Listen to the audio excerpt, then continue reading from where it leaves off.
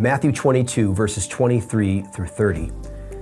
The same day, Sadducees came to him who say that there is no resurrection, and they asked him a question, saying, Teacher, Moses said, if a man dies having no children, his brother must marry the widow and raise up offspring for his brother. Now there were 7 brothers among us. The first married and died, and having no offspring left his wife to his brother. So too the second and third, down to the 7th. After them all, the woman died. In the resurrection, therefore, of the 7, whose wife will she be? For they all had her. But Jesus answered them, You are wrong, because you know neither the Scriptures nor the power of God. For in the resurrection they neither marry nor are given in marriage, but are like angels in heaven.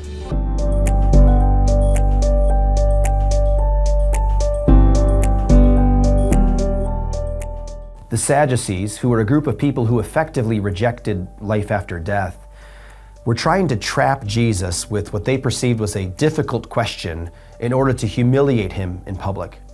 And so they referred back to an old covenant responsibility placed on a man to marry his deceased brother's wife and have children with her. But the answer that Jesus gives to this question is one that has led to much debate between Mormons and Christians, and for good reason. Verse 29 through 30, Jesus answers them, You are wrong, because you know neither the Scriptures nor the power of God. For in the resurrection they neither marry nor are given in marriage, but are like angels in heaven. For Christians, this passage is quite simple. This is where Jesus is teaching his disciples that there will not be marriage in heaven. But the LDS Church teaches that marriage will continue into heaven for those who have had their marriages sealed in LDS temples while here on earth, or have had their marriages sealed for them by proxy in temples here. So the question is, can this passage square with the Mormon view that marriages can continue into heaven? And I think the answer is no, for at least 3 reasons. Reason number 1 has to do with the challenging nature of this question. The whole point that the Sadducees made here was an attempt to humiliate Jesus by proposing a very difficult question that would have a difficult answer in order to cause Jesus to stumble. But if the Mormon view that marriage continues into heaven was true, then this would not have been a difficult question, and it would certainly not have had a difficult answer. The Mormon answer to the question proposed in verse 28, whose wife will she be, would simply be the wife of whomever she was sealed to in a temple on earth. But Jesus does not grant that kind of qualification, thereby taking the Mormon view off the table.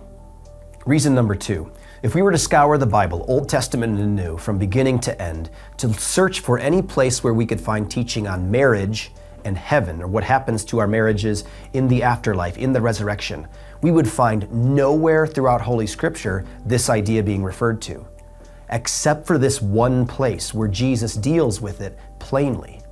And the point is, there would be no more opportune moment for Jesus to clarify such a critical doctrine if the Mormon teaching was true than right here in response to this question. But not only does Jesus not promote the LDS view on celestial marriage, but he actually robs the Mormon from any possible grounds upon which to affirm it. The third reason, I think, is the clearest. It has to do with the question being proposed. The question has nothing to do with weddings, getting married, sealings. It has everything to do with marriage as an institution. The question proposed is, in the resurrection, therefore, of the 7, whose wife will she be? And the answer that Jesus gives is no one's wife, because she will be like the angels in heaven who don't have wives, don't have husbands, they're not married. So for these reasons, I think that an honest reading of this text and Jesus' response to the question would lead us to see that there really is no way to fit the Mormon view of celestial marriage into Matthew 22.